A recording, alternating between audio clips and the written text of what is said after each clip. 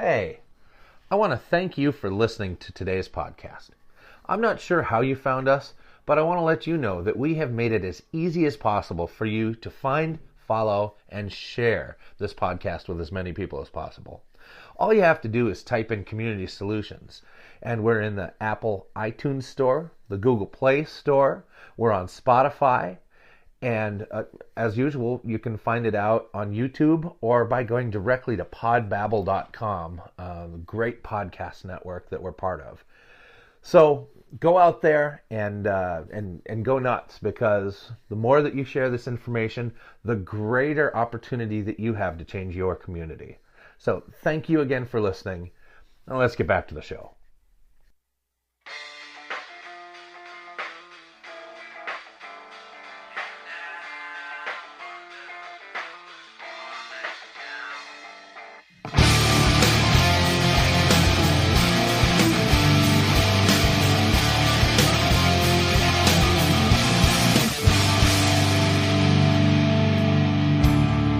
Who is to blame in one country? Never can get to the one. Dealing in multiplication. And they still can't feed everyone. Oh no, we're going to rock down to Electric Avenue, and then we'll take it higher. This is the Community Solutions Podcast. Jason Bradley and director. Now, Jay, does it count if I know the song and can't remember who sings it? I suppose so. Okay, because I've heard of that. It's good enough. I've heard of that. Okay, yeah. So it's kind of like when you're watching the Twins and they do the trivia question, and Bert Blyleven and Dick Bramer just shout out 30 answers, and if one of them's right, they count it as a right answer. Yeah. Oh, that's Eddie Grant, Electric Avenue. For those of you that are new... That's Bud's brother, by the way. Right. For those of you that are new to the podcast, we always start the podcast off with some lyrics that have something to do with the topic of the said podcast. And then we go over to Spotify, and we've created a Spotify playlist, Community Solutions, music from the podcast, where you can hear all of these great songs. Every week we add a new one. We're up to, 57, something like that. So we're getting a sizable list together. We did it about 10 shows in, right? So yeah, something like that. It's a little bit behind the show numbers. Yeah, you don't always find greatness right away. Sometimes that finds you over time. Well, everything evolves. I mean, we've said this before. If nothing just stays the same or infinitely keeps going up, that's there's nothing anybody can point to that happens. Right. So yeah, you live and learn, and we improve the show over time constantly. Not only does the content get better, do we get better. And ironically, the things in the cities we talk about seem to get worse. Right. It's an opposite. It's kind of like the coyote is chasing the roadrunner in the wrong direction. Well, it's not true of everywhere. I mean, obviously, Crystal has become like a great place to live, and we've seen improvements in some other cities where we have had a hand in working. Some of those shall remain nameless for now. That's right. We'll keep that quiet. Yeah, but there are other ones where we're a little bit more out front about our efforts because we don't need to be as silent about those things. Plus, we put this podcast, we put our blog, we put all sorts of articles out on social media to teach you guys about what's going on at local government, because there's just not a whole lot out there. I mean, we're kind of the only game in town. Well, somebody's got to counter the League of Minnesota Cities and the groups like that. Right. I mean, the left put has out their plenty BS of those groups. All the time. Plenty of those groups, and I just want to personally say congratulations. We now have 11 cities in Minnesota that are 21 and up for minimum age of tobacco. Richfield and Roseville have joined the ranks of Hall of copycats. Shame. Yes. Have figured out how to treat their business owners worse and restrict freedom for everybody's. Well, and that's good. I've said, Jay, one thing we haven't talked about enough on this show. Yeah. That I know I believe in, and I know that you believe in, is something called negative rights. Yeah. It's hardly you watch the mainstream media, you'll never hear that term. I mean, you'll never hear it No. once. I mean, No, maybe you if Rand Paul's a guest or something, or Justin Amash or something. I mean, but other than that, you'll never hear those terms. And, people, adults in this country are going to make bad choices sometimes. And you're not going to legislate that out of people. I mean, I'm sorry. It's some of these things are double-edged swords for me. Right. We talk about tobacco or drugs or gambling or something like that. The libertarian side of me says people have the right to make bad choices with their money and their bodies. Right. The moral side of me is, enough's enough of this, and it's wrong to do, whether it's legal or illegal. Right. There's a difference between morality and the law. The law is supposed to follow the Constitution. People's morality is their own conscience. And we get those things intertwined on both sides of the aisle. I mean, the same people going after people smoking are the same people who want drugs legalized. The same people who, I mean... It is pretty schizophrenic. It's selective outrage. But, I mean, and just so that you guys know, I mean, because you hear us going on about this a lot. We talk about this Tobacco 21 issue quite a bit when we're out in public and you're on the podcast, and neither of us are smokers. Not at all. I haven't smoked in 17 years. It's never been a problem for me. I didn't want anything to do with it. My eyes burned and itched. It wasn't for me. I know my parents smoked. They quit when I was a kid, but they quit together. But I don't recall worrying about smoke in a car or at a park. I don't know what it was. It never bothered me. To this day, it doesn't bother me. I mean, somebody blows it up my nose, it might a little bit, but that aside, I mean, criminalizing people who are 19 or 20 is, you and I have talked about, when is an adult in this country? And the answer is whenever government says the hell they are. I mean, if you think about it, and I've said this, and I'll repeat myself because it was so brilliant. In the state of Minnesota, okay, a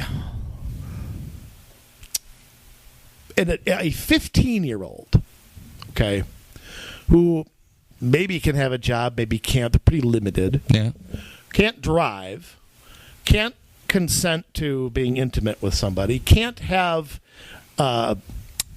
vote, can't serve in the military, can't drink, can't smoke, cannot have a Tylenol at a public school without parent permission. Right. How crazy is that? Can be charged as an adult if they commit a crime. Now, how on the one hand do we treat somebody as an adult when they're 15? You should know everything. You should know all right and wrong, no matter what. But I know we take circumstances into account in the criminal justice system. You have to. Yeah. But how are they mature enough to be tried as an adult? Actually, it's 14, I think, in Minnesota. How can they be mature enough at 14 to be charged as an adult with a crime, but they're not mature enough at 20 to decide whether they want to have a cigarette or not? Ah, great point. Also, you're not mature enough to decide if you want to have a cigarette at 20, but they sure want to get you the right to vote at 16. What? Yeah. But isn't it time with the same people? Isn't it time with issues like that we and I don't want to go too far off topic here, but isn't it time to pick one age? Isn't it time to just say, look, let's stop this state to state, and it could be state to state. We have a 9th and 10th Amendment. But isn't it time to pick one age where somebody's an adult or not? Yeah, but part of that has to do with maturity level, and as we're going to find out today. Yeah, but I know people my age who are immature. That is exactly where I was headed. Yeah. There are a lot of people that serve in government that really don't act like adults. So we're going to find out all about that we today. Have a maturity bar, maybe? A maturity test? Yeah. You made my point. That's great. We're always thinking along the same lines when it comes to these things. Yes. There's great, I'll tell you what. The topic for today, you might have heard of what we're going to talk about here, but I'm guessing most people haven't. I'm guessing most people don't know the plans that we're about to unveil here. Not that we're breaking this story, but I mean, I think that No. you're not going to hear this on another podcast, or you're certainly not going to hear it if you watch the news at night. They're too busy talking about children being prosecuted from a 1997 law to worry about, as long as they can blame Trump. They're too worried about that to do any investigative journalism. Right. You'll only see something come up in print once in a great while. And, it's one of those things that you might see, you might not see. You don't hear about it again. You forget about it. It's, or like you said, maybe you don't hear about it at all. And this is going to be completely new to you today and just blow your mind. Yeah. And these folks who plan this stuff that we're going to talk about are masters at it. Mm-hmm. They are masters at getting the plans, selling the plans, working behind the scenes on the plans, getting this down the road before anybody can organize against it. Right. And in fact, getting it so far down the road that really they get to a point where, we can't go back now. We've made all these plans. Or we've spent all this money. Right. So, no, we can't. That's the whole argument with Southwest right now. Now the argument is, well, I know nobody wants it, but we've already spent the money. Well, you're going to spend a whole lot more money, so maybe now is a good time to cut your losses.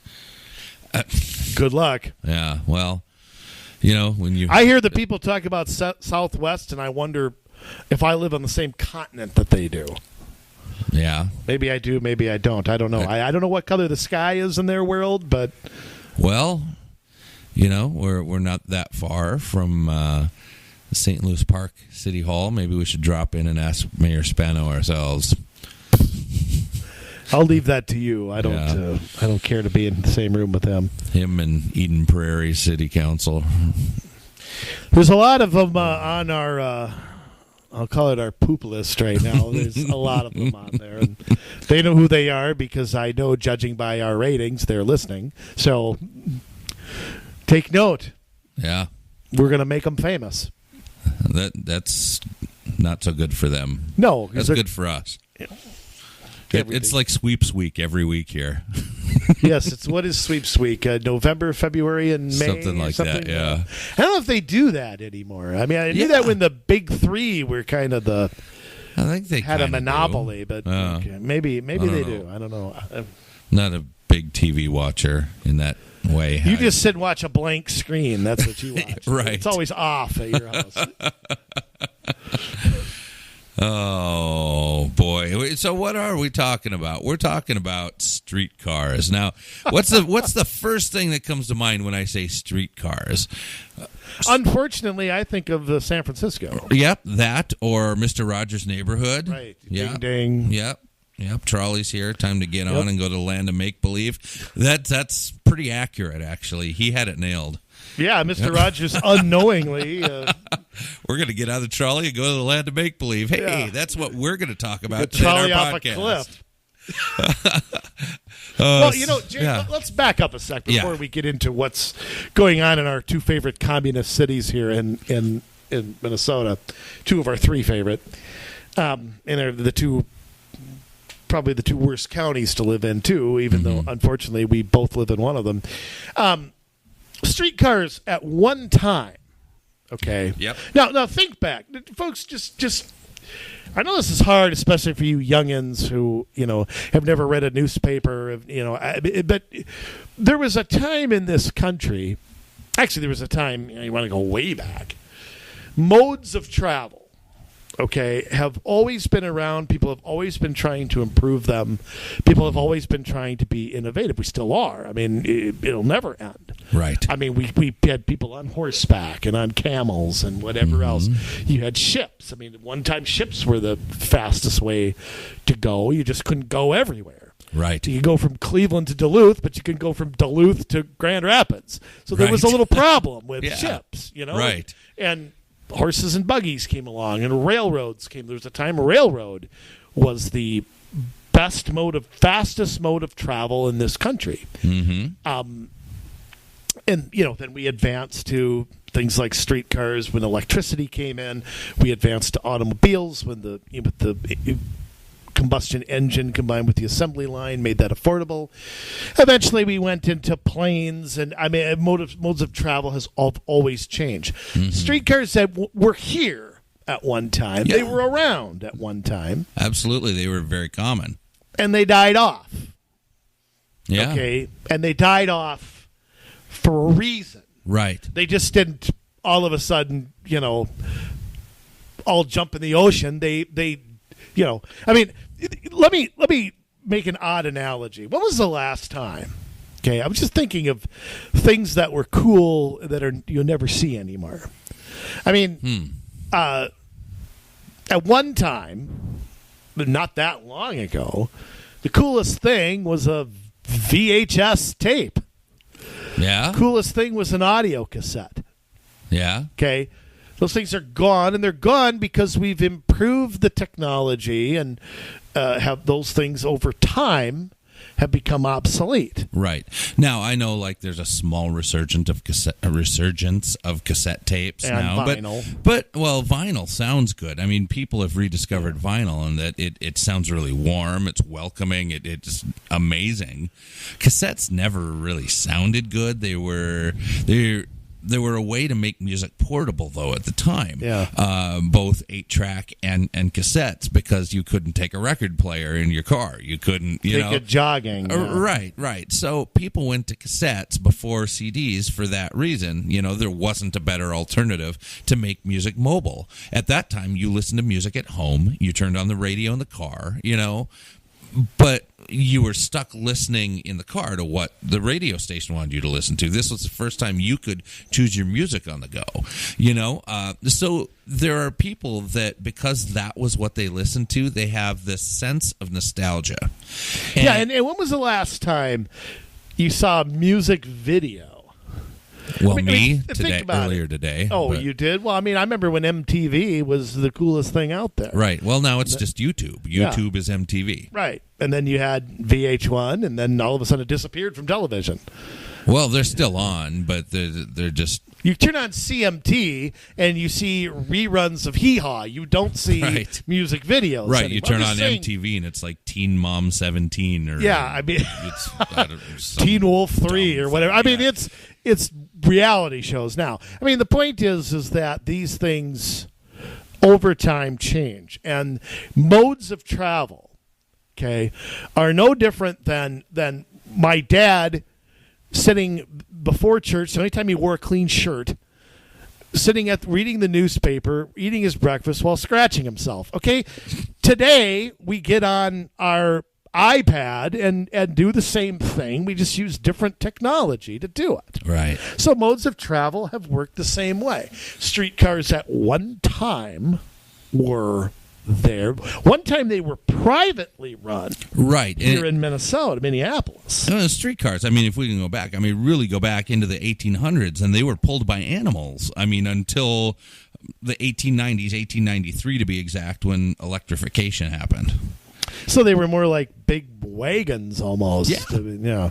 Oh, sure. I just watched Tombstone last night. I think I kind of saw half.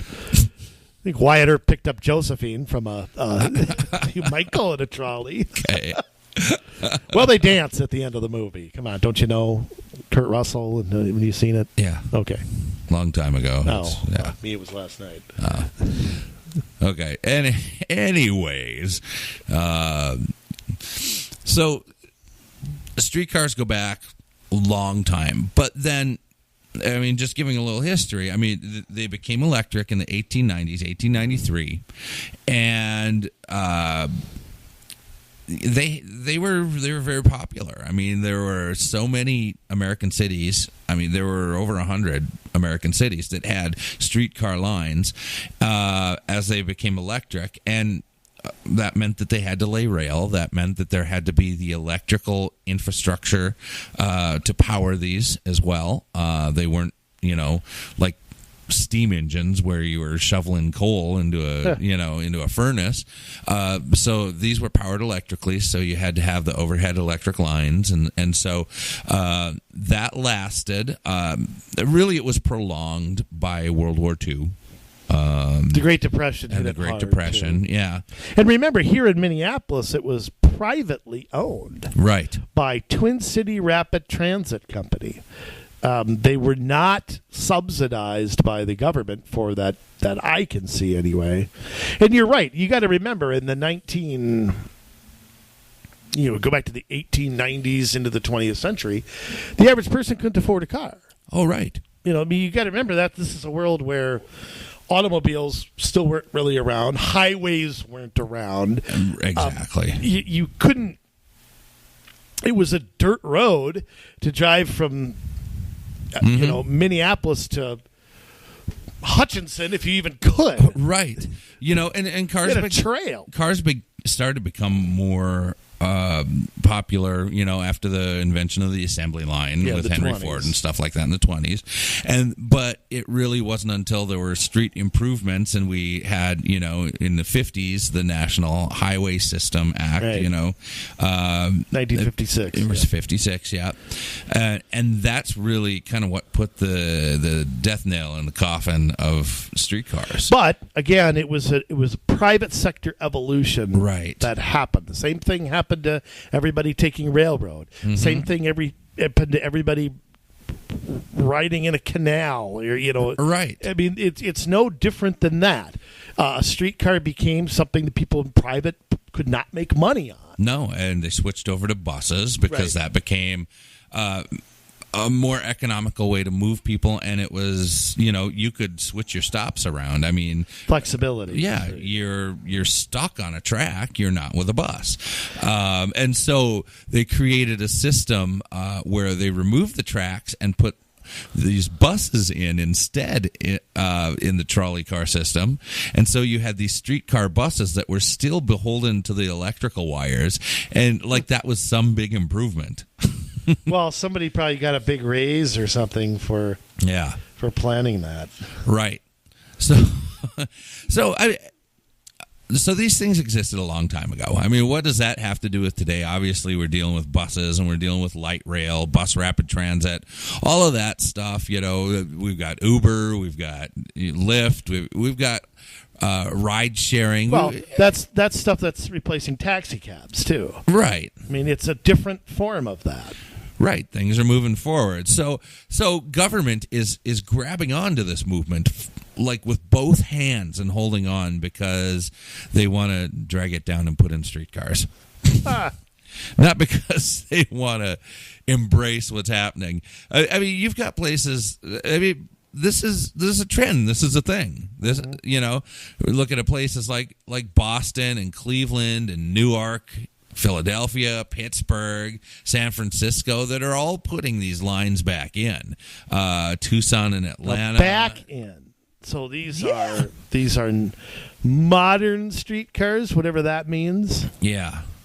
So is that like taking the monorail at Disney World or something? Or is that an elevated train? Is that something? That's an L train, I think. That's that ding glides, ding. yeah. This is what we're talking about. Going 5 miles an hour down. That's about right. Brunswick and Bass Lake Road. Here you see on your left coming up where we ripped out a drug-infested apartment building, and you see the Tyrannosaurus Rex eating a goat on the other side.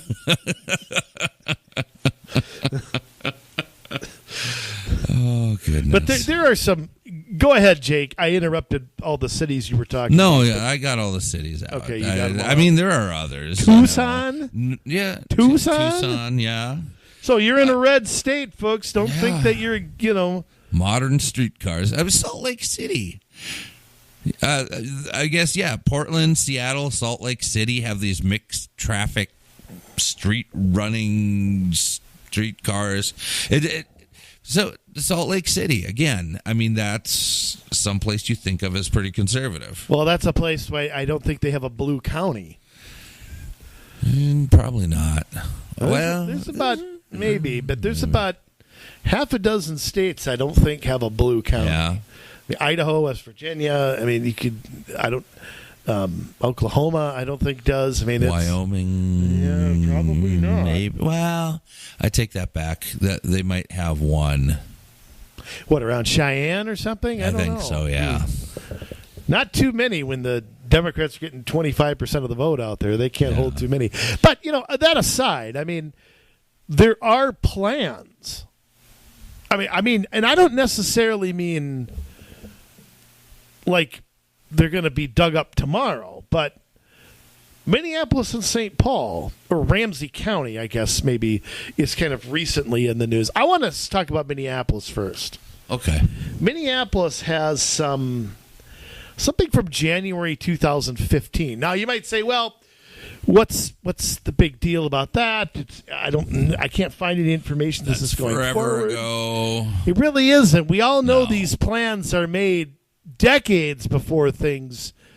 Botno was conceived in the 90s. It still ain't laid down, but it was conceived a long time ago. Yeah. Now, Minneapolis, a city, by the way, that has 120,000 fewer residents than it did in 1950. So it's a growing city, right? Met Council, it's always a growing city. And if they're not, they'll just import more from Somalia. Now, modern streetcars. They have this whole thing at minneapolismn.gov about what are modern streetcars. Modern streetcar line is an urban scale rail transportation similar to LRT, light rail transit. They differ from an LRT, and each streetcar is a smaller vehicle and runs a single car rather than multiple cars. So, in other words, they move fewer people. Yes, so they're really effective. Streetcars stop more frequently, share the traffic lane with motor vehicles. Well, how does that work if they're on a rail? It means they take another lane away from traffic to put something else in. They're squeezing the traffic down to one lane instead of having two, Blah, blah, blah, blah. Why do we need modern streetcars? Why, Jay, would Minneapolis need this? To be trendy. Well, just like with bike lanes, they got to be trendy, Andrew. Here's what they say. Now, I'm going to say something for Minneapolis. Minneapolis, any government official from Minneapolis, I wouldn't believe if they swore they were telling a lie. However, in this, they are strangely honest. Yeah. I don't know that they mean to be. I'm not going to give these people that much credit. Right. Here, but listen to what they say why we need modern streetcars. And I'm gonna giggle at how honest they're actually being, and they probably don't know it. Maintain economic competitiveness by attracting investment, major employers, a young workforce, more visitors, more conventions, and other events to Minneapolis and the Twin Cities. Now, Jay, stop and think for a minute. Yes. Who is going to make a major investment? Now, I want to know who they're talking about here. Who's going to make a major investment in Minneapolis because we got a streetcar going a couple of miles from Nicollet to whatever, and I'll get into where this is proposed. I can't really remember where it was. I think it was along Nicollet Avenue. Probably. And over the bridge to Hennepin and all that. But, I mean, because it would have to cross the Green Line Central and all that. Now, that'll never go wrong. Yeah, of course not. Now, more visitors? Sure. Everybody wants to come ride the streetcar and see stuff. A young workforce. You know what? Minneapolis, I got a little advice on how to create a young workforce. And let me tell you something. You're moving in the 100% wrong direction in order to do that. Absolutely. I mean, I don't know how far off I want to get into this or not, but I mean, you grow the size of government to the point where, and the wage scale to where, I mean, every day a restaurant's closing. Mm-hmm. McDonald's is going to be replaced with automated. Who works there? Young people. You've made it expensive. Mm-hmm. But you can't go downtown without blowing a C note. Trust me. Well, and that's the thing. I mean, can't drive. Downtown Minneapolis used to be a place where people would go to shop, to spend time. Now First Avenue. Yeah, all of the stores are gone for the most part, and you're taking your life in your own hands when you go down there at night. I'm just telling you. I wouldn't go down there with an army. But I mean, that's provided you can find some place to park or drive. Right. It's more conventions and other events to Minneapolis and the Twin Cities. I am scratching my head at that. So let me get this straight. The NCAA basketball tournament won't come to our new stadium down there unless we put streetcars in. Well, that's it. I mean, we were going to go to L.A. where it's nice and warm, but these guys got a streetcar, Andrew. I'm coming to Minneapolis. Yeah, we're not going to get a WrestleMania because there's streetcars there, which if we do, I'll be there. Yeah. I mean, we're not going to get, I'd like some evidence that backs up what they're saying. First off, we all know the economics around it are subsidized with our tax dollars. Mm-hmm. I'm not sure Target has paid taxes in Brooklyn Park yet. And don't tell me guess is no. Don't tell me they're there because of a proposed LRT. They're there because they're there for nothing. Mm-hmm. Reason number 2. I know you're all boiling over with excitement. Make it possible for people to live easily without an automobile. The war on cars. There's the truth right there. Now, see how strangely honest they're being? You pick these things up, and you won't read that very often. No. Oh, but they've got an even better one. Oh, good. Now, you hear this reason and think we haven't... Think what we say isn't true, folks? You think we're conspiracy theorists?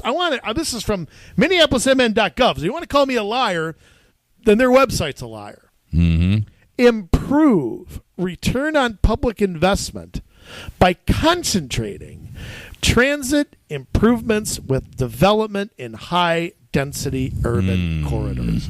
What have we been saying? Yep. This is all about cramming people in to the point where they can't move, they can't drive, they're dependent on government for absolutely everything. You concentrated Democratic voters in one spot. So if you, Jay, how strangely honest are they being? That's very honest.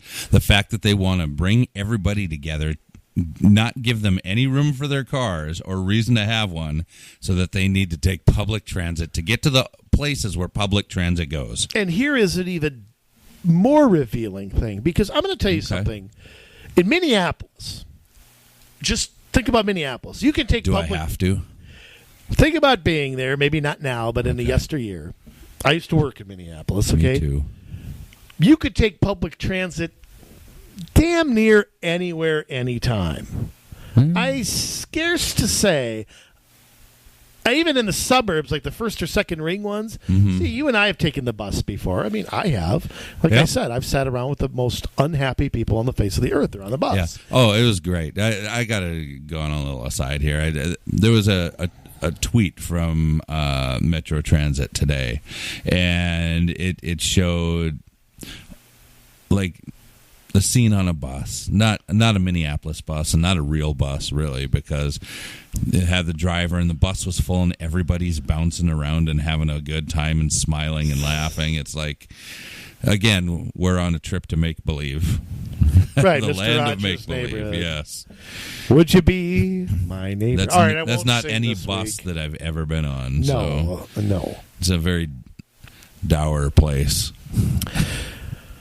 Well, again, it's the sales pitch. I mean, that's making the sales pitch. Come on the bus and we'll all sing 99 bottles of beer on the wall, and we all know that people are asleep, people are angry, they're picking their nose, they're sitting on their phone. Like I said, it's the unhappiest people on the face of the earth ride a bus every day. No, I mean, and they're trying to make it trying cool. To run, they're trying to run this hashtag dump the pump.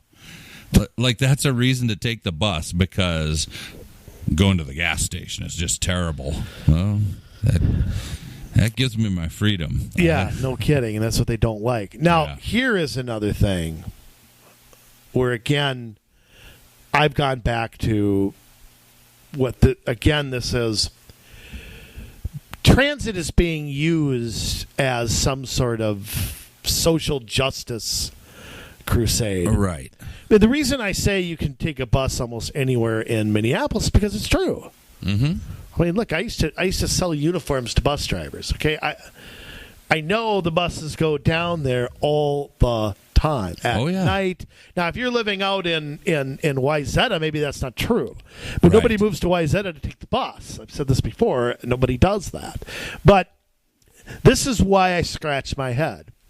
This improves the equity of the regional rail system by serving high-density urban corridors with underserved residents, including minority populations, large low-income neighborhoods, and a significant number of residents in affordable housing. Really? Here is the proposed line. It is across Nicollet Avenue through Nicollet Mall, going across the river on Hennepin Avenue. How many people live along that line? Not too many. I mean, how many minority neighborhoods? I mean, okay, Franklin maybe, but there's a lot of businesses over there. That's not really residential. No, you have from Lake Street till about bordering on 11th Street. That's the edge of downtown, and there's a lot of like studio apartments. There are really some like affordable. But again, if those people want to take transit, there are buses going through there. There's a bus garage actually not far from there. Right. They're going down all the time. Yeah. And I guarantee you a lot of those people they're students or whatever they are already taking public transit. You're not getting a new group of people. Instead of taking the bus, they'll take this. That is not an increase in riders. You're just upping the cost and subsidizing another mode. Yeah. I mean, minority neighborhoods? I don't see Little Mogadishu on here. No. Where's Cedar? I guess that's west of there. Southwest. Right. Well, I know that there's a lot of smallies now that are like in the Lynn Lake area that is a little bit west of where that's at. I mean, Nicollet is close to 35. Well, might not. I don't know. I'm just baffled at the whole. I don't know. But significant amount of affordable housing. You see what Minneapolis has been subsidizing lately? Yeah.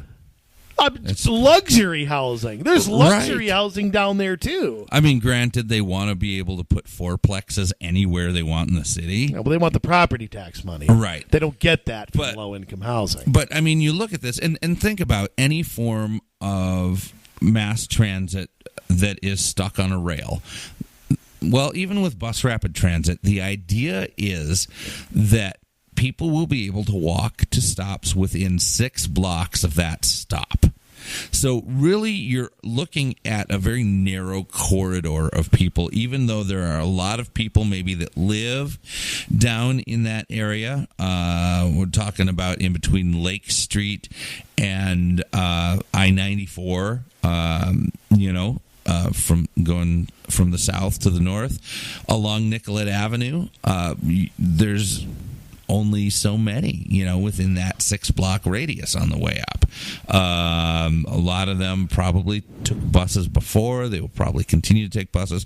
I mean, Nicollet. And guess what? The second they move out of Minneapolis, they buy a car and they're back to independent. Right. But I mean, looking at this map, I mean, Nicollet Avenue right now, I'm trying to remember. I have driven on it recently. I think is a 4-lane road, or is it 4 lanes with 1 turn lane in the middle? And anyways, they're going to have to take away a lane of traffic. Okay, and as it comes across Nicollet Mall, that's no good for cars anyways. But then you get over to Hennepin Avenue. When's the last time you tried to drive on Hennepin or First Avenue downtown?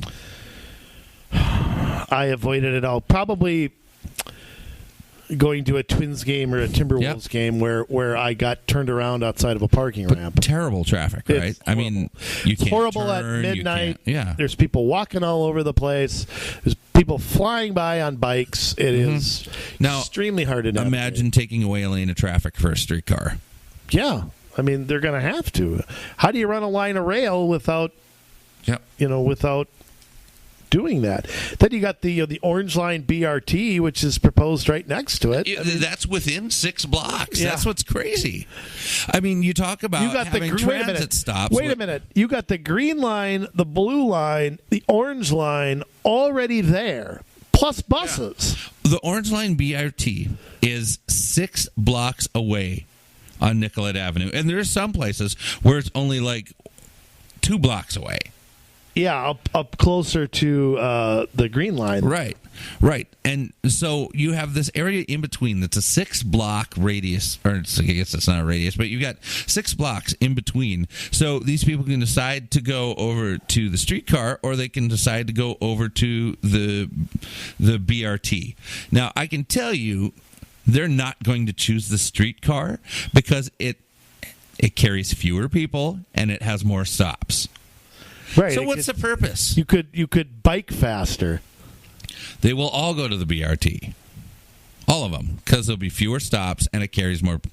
Well, it's a bus. There will probably be more buses that come through there rather than having to wait for a streetcar to come every how often. It's ridiculous. Nobody is going to use this. And let me tell you something. What they say about funding is where I laugh the hardest. The Nicollet Central Modern Streetcar Line. Now, this is 3.7 miles. Yes. Okay. Now, if I walked 3.7 miles and threw $100 bills out every step, it would be cheaper than what they're claiming that this is going to cost. Oh, boy. $200 million. Now, I don't believe that for a second. No. I mean, this is 2015 numbers, and what happens with every mass transit project, even before they break ground. The cost goes up. It's out of control. It's and remember, you've got operating costs. You've got future capital costs. You've got basically an endless credit card. Yeah. I mean, I was doing some research on the Botno line, and it went from $1.5 billion to $1.54 billion. That's $40 million, and it still has not broken ground.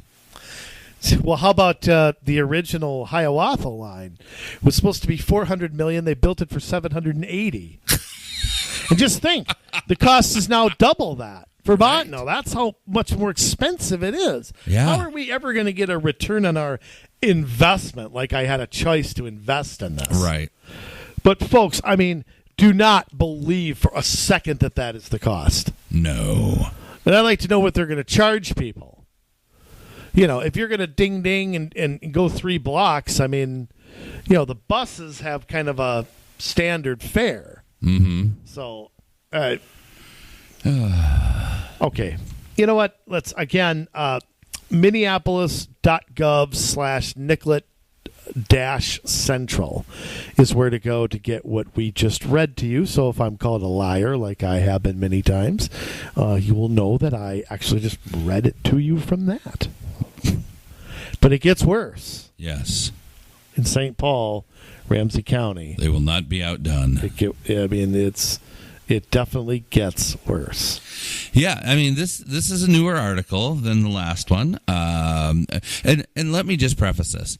You say, "Oh, well, that's 2015. We haven't heard about it." These things go away, and we might have mentioned this earlier, but they always come back. It bears repeating. They always come back. The plans do not ever go away forever. They lay dormant for a bit. They try to figure out how to sell it. Goes in somebody's drawer because they can't get federal funding or something, but as soon as their friends take over Congress or the legislature, they try for it again. Right.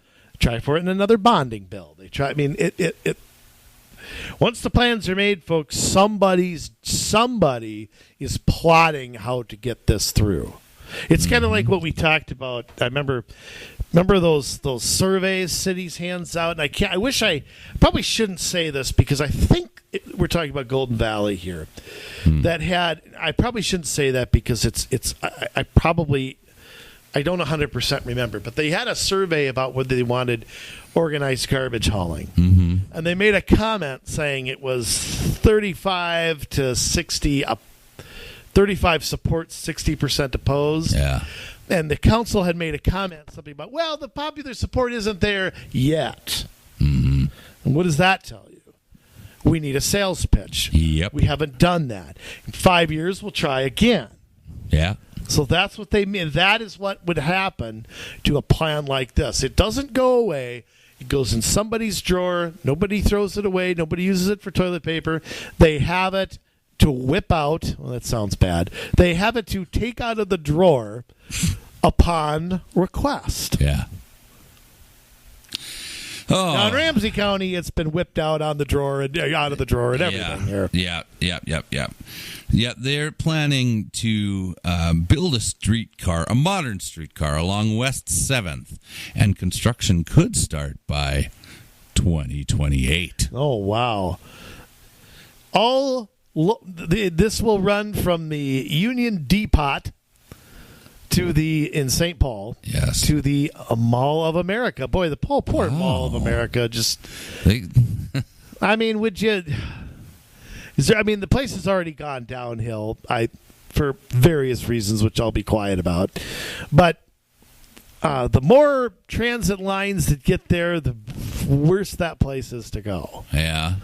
We're going to have another one if these our heroes here have their way. All local governments have approved it. Yeah. Hennepin County, wow, big shock. Yeah. St. Paul, Bloomington, MAC, the Metropolitan Airport. Why would they be involved? It would have to probably go by where Hiawatha goes or something? Yeah, it would have to go. Said somewhere. Commissioner Rafael Ortega, noting the next step is to seek federal funding through the Met Council. We're right behind the Rush line. No, it's not Rush Limbaugh. It's something else. Our 3 lines on the east side. So what would that be? Would that be Gateway? Yeah. Rush line and what? Northern Lights?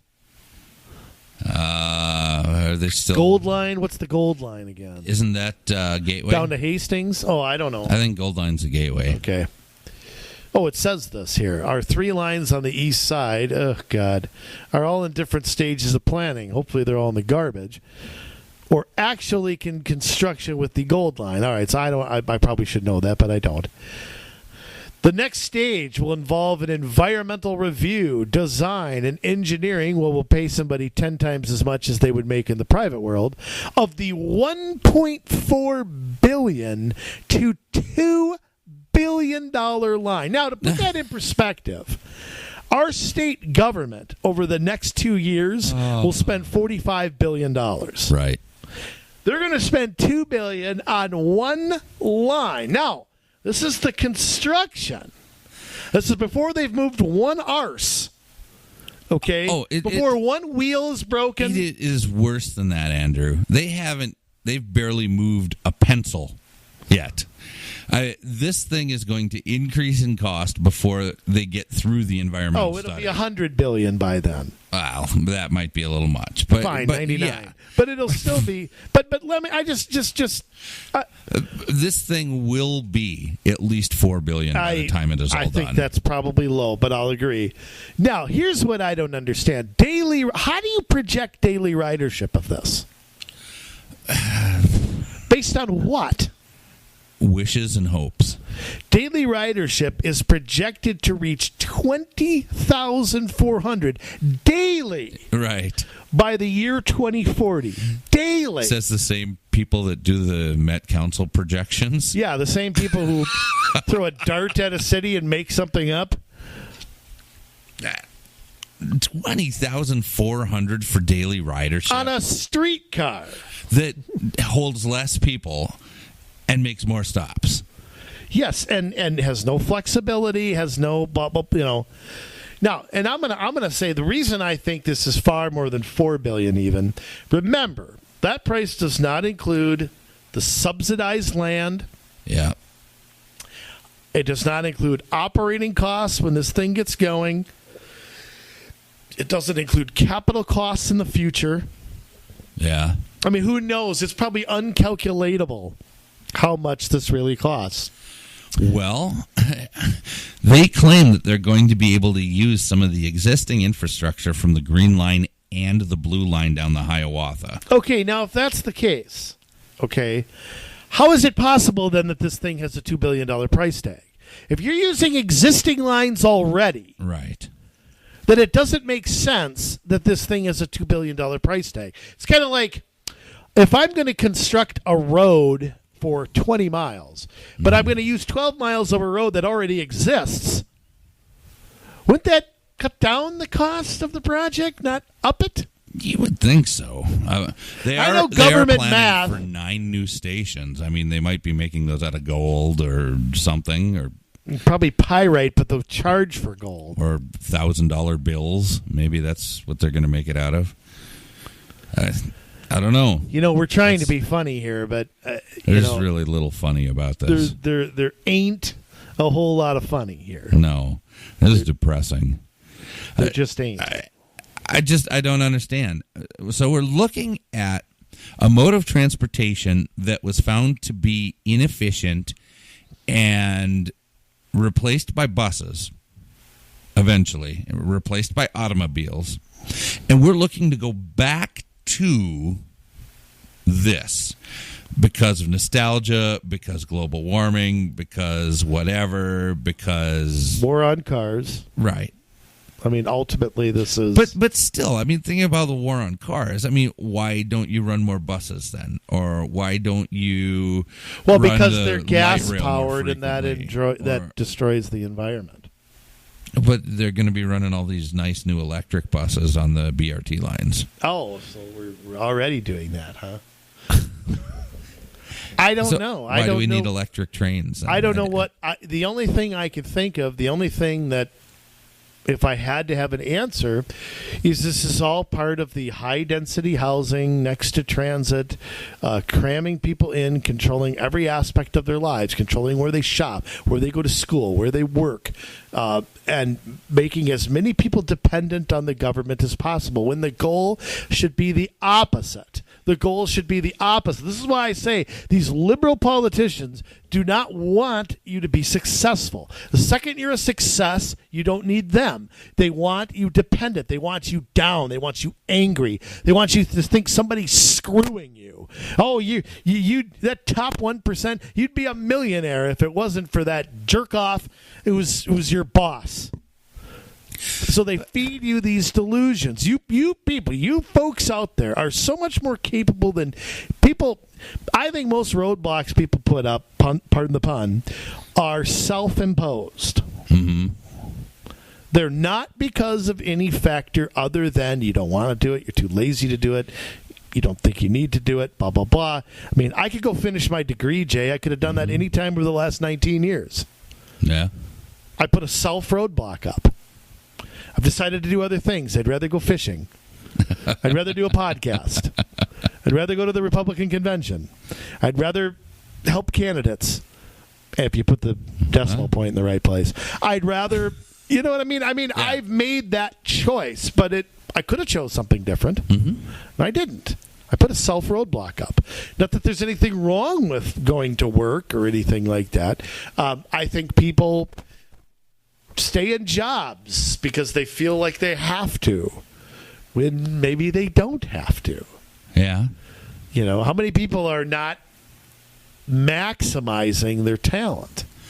Yeah, I mean, it takes a special breed of person to be an entrepreneur as well. It does, and everybody can't do it. No. And I don't necessarily mean an entrepreneur. I mean bettering yourself. Mm-hmm. And, you know, that doesn't necessarily mean you work for yourself. Right. But working in a place or doing something that makes you happier than what you're currently doing. Yeah, think of your hobby, okay? Your hobby is what you really enjoy doing. You just don't do it for a living. Right. I mean, how many of you sit there every day and want to stab your eyes out with your pencil? You know, there's a better way. I just got new contacts. Yeah. There is a better way, you know. I believe, you know, we're all made to do something. There's a fire, a specific fire that burns in us, you know, to do something specific. There are things that we each have interests in and that we have talents around. But fewer people seem to have that go-getter mentality. Right. Fewer people seem to have that... you know, got to get a good self-drive. Job, got to have the benefits, got to... Yeah, they make excuses not to do something. So right. it's... But again, I'm saddened by this. I mean, the last thing I want for poor people is to be trapped on some sort of... bus? Well, I mean, Streetcar. It's okay to take a bus as a step to doing something else. I mean, well, it's okay to ride the bus if you want to ride the bus. It's fine. there are some choice riders who do that. But I mean, you want to take a vacation up at a lake somewhere, northern Minnesota. Of course, Minnesota government encourages you to do that too. Well, how do you do that without a car? Yeah. Okay, there's no trolley car that's going to take you up to... That's a heck of an Uber ride. Yeah, no kidding. I mean, you're better off buying a brand new vehicle. But I mean, how do you... I find it saddened that people's lives are on some 3.7 mile long proposed trolley car, and that's all they're going to have for the rest of their lives. Now, our goal should be to get them elevated, a hand up, not a hand out. Our goal should be to set the economic conditions so those people can better themselves. I mean, if you don't have a car, if you're dependent on government, you are limited, and you're always going to be limited on where you can work, where you can shop, where you can bank, where you can find a date, where you can where you can do anything. And our goal should be self-reliance. And this goes in the 110% opposite direction. Right. And it's packaged as something that's cute, trendy, hip, cuddly, breathes and burps. Yeah.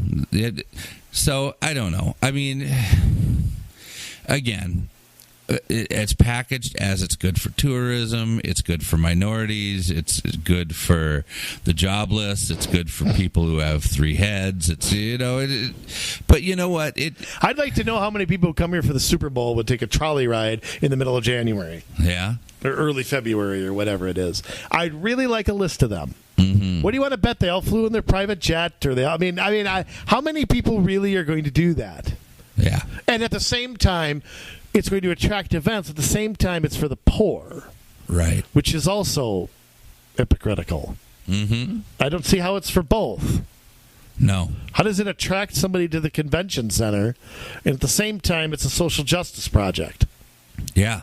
The two usually don't mix. The two couldn't be in further different worlds. One is on the moon, one's on Mercury. That's how different the worlds are. Or whatever. Jupiter, Pluto, whatever it is. Okay. Doesn't matter. But this is laughable. Yeah. And I mean, I sit here and I wonder, these people on this Ramsey County board who make all of this money, and these 7 folks who control so much, okay, how they can collectively sit here and endorse something like this. I mean, any one of these things could have killed it. Bloomington could have killed it. Hennepin County could have killed it. St. Paul killed it. Yeah, well, Mac's all appointed, but I mean, any of them could have said, whoa. $2 billion, which we know is BS, Barbara Streisand. We know that. And a streetcar? I mean, it could take an hour to get from it doesn't lower say town anywhere how much longer it's going to take. They don't know. No. 20,400 riders a day? I mean, that's... I hear better jokes. That's a late night TV joke that's gonna happen. Yeah. So I mean, and I wonder how many people. I'd like to ask the Ramsey County Board, how many citizens came and who were not part of Transit for Livable Communities or some side group, right? Or you got money from the McKnight Foundation. I want to know how many people came and were picketing outside demanding streetcars so that we can have racial diversity or something. I'd like to see a list of the people who showed up to do that. No, it came from city staff. It came from central planners. It came from the American Planning Association. It came from, this is how we get the grant money. It came from, this is what they're doing in Portland or what they're doing in Toronto or what they're doing in Tucson. That's where it all came from. We all know this is garbage. Nobody is demanding this. It's being handed down the proverbial ladder, the Mr. Rogers trolley, stacked up all these. You just see a Mr. Rogers trolley that the American Pining Association would stack all these, propaganda pieces in. And it's being dumped off at the county buildings. Yes, it is, and so they're taking their cues from all these cities. They're taking cues from the old plans from Minneapolis that are still around. They're just lying dormant for the moment, or they're working on them at City Hall and not talking about it currently. Some project manager has it on his desk, or even before that, Minneapolis was working with Robbinsdale to try and get a streetcar. I don't remember what year that was, but that was that wasn't that long ago either. I haven't heard much about those plans, and I don't know, 3 years ago. Maybe Mayor Murphy isn't in favor of it. Maybe not, but if I had to guess about Mayor Murphy, he's probably, figuring out which way to land on politically. But I know he's one of the few at Robbinsdale that have not slobbered all over a lot of these plans. I mean, right. Their council is pretty much a parrot when it comes to this stuff. He's a little bit of an exception, but the rest of the council, goodness gracious. Yeah. I mean, you'll never find opposition to anything like this among any of them. You can tear half of Robbinsdale down and they'll approve it. So, remember what was the thing about they didn't want to have the parking garage there, yet they want people to ride LRT. I mean, this is what are you going to do? Where are you going to have the stops in Robbinsdale? Yeah, it has to go somewhere. Yeah, I mean, where's it going to go? What's going to get taken out? What's going to get turned down? What street is it going to go down? It's got to go down. It's got to be a busy place. Mm-hmm. Can't go down where there's 14 houses and every one of them has a car. So, it's will have to be something like that. Right. Oh, so those are just some of the wonderful things that are happening in our Twin Cities. Point being, streetcars were here at one time. They were privately owned at one time. They went away, and they went away kind of like Jimmy Carter. They went away for a reason, okay? They're just gone. So, I mean, you just... Actually, Jimmy's kind of still talking, unfortunately. Not that he's alive. I mean, that he's still giving his worldviews, which for 40 years nobody's listened to anyway. The greatest Saturday Night Live skit? This just came to me. Yeah. I know I'm diverting, but Will Ferrell was playing Fidel Castro. Okay. And Daryl Hammond was being Jimmy Carter. Maybe folks at home could YouTube this. And Will Ferrell has somebody interpreting, like pretending he's speaking Spanish, Okay. And he said, weren't you that guy that was president during that stagflation stuff? And Daryl Hammond goes, well, yes, I was, in the Jimmy Carter voice. Mm-hmm. And Will Ferrell being Castro goes, well, gee, we don't even get that here. It was great. It was just hilarious, So, anyway, I respect old Jimmy for some of the charity works he does, but as long as he keeps his worldviews to himself. But, the point is that we had a streetcars at one time. This is 19th century technology, really, being pushed in the 21st century. And it's not like a private business where this gets up and makes no money, and a few years later it goes away. Mm-hmm. No. If it's government subsidized and they've spent billions, it ain't going anywhere. Right. So if this thing goes in, it's going to outlive all of us, I can tell you that. Well, 2040 I might not make it to, but I plan on being around at 2028. Yeah. So, well, that's good. What will I be in 2040? 63? Well, I bet I want to retire, so I better be around then. Yeah. Us ex-governors will live a long time, so, Yeah, well, there you go. That's what I plan to be. I plan to go out on a mountaintop at the age of 120, so we'll see how that works out for me. If I live to be 120, that's fine, but I'd rather go out on a fishing dock or on a boat or, in a cabin or, on a deck. Right. Well, there may be some people here in Minnesota that would like to see you go out on a boat or a dock with cement shoes. There are many. Yeah. And that's okay. Do I seem angry about it? No. I mean, I make fun of it. You have to do that in order to do what we do. It's just, when your name gets mentioned at debates and my name comes up at work sessions in the city, that a raw nerve's been hit. You just you get angry maybe a little, but then you just start. I've learned to laugh at it. Just learned to laugh. Hey, I know. Jason Bradley told me. Yeah. That was 100% false, Johnny B. So, oh goodness. It's okay. We say hello to old Johnny B. Yeah. No animosity here. That's right.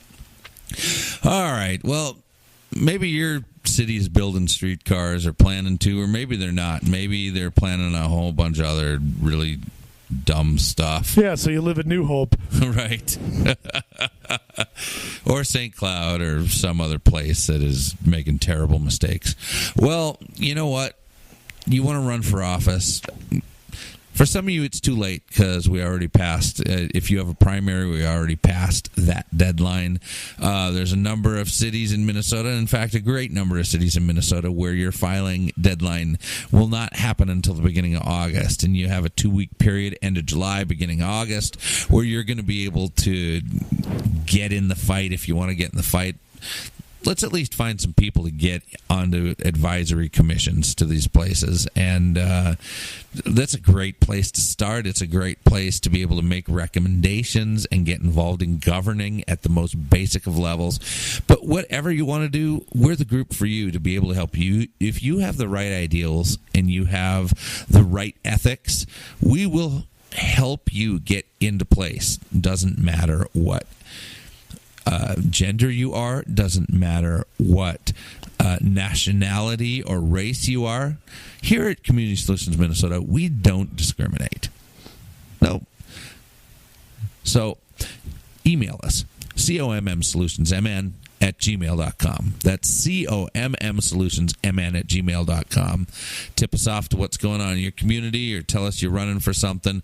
Spread this stuff far and wide, because that's how your neighbors are going to know all about what's going on, because these things are happening all over the state, because it's written into all of y'all's comp plans, and there's really no escaping it unless you stand up to do something. It's much easier to do it now than it is after it's already been implemented or begun to be implemented. So let's take the bull by the horns. Let's make something happen out of this, Minnesota, because none of us wants this stuff. So why do we wait till it's in to get angry enough to try and fight it? Let's do it now. We need 20,000 people across this state in advisory commissions, in soil and water conservation districts, in city councils, county commissions, school boards, watershed districts, all of this. We need people to stand up and fight. So you're interested in that? Get a hold of us. 20,000 of you.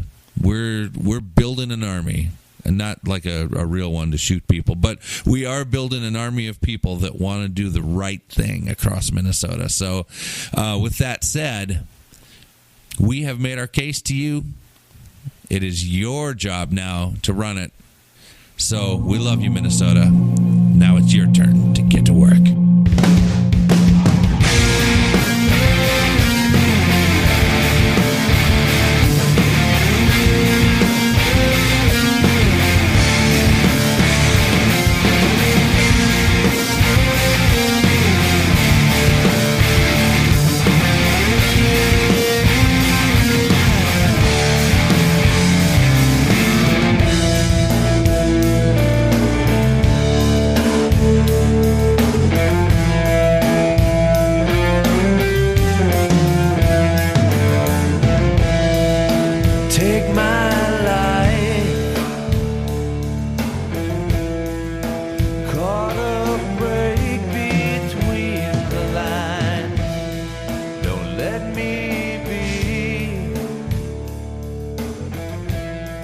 If I get too caught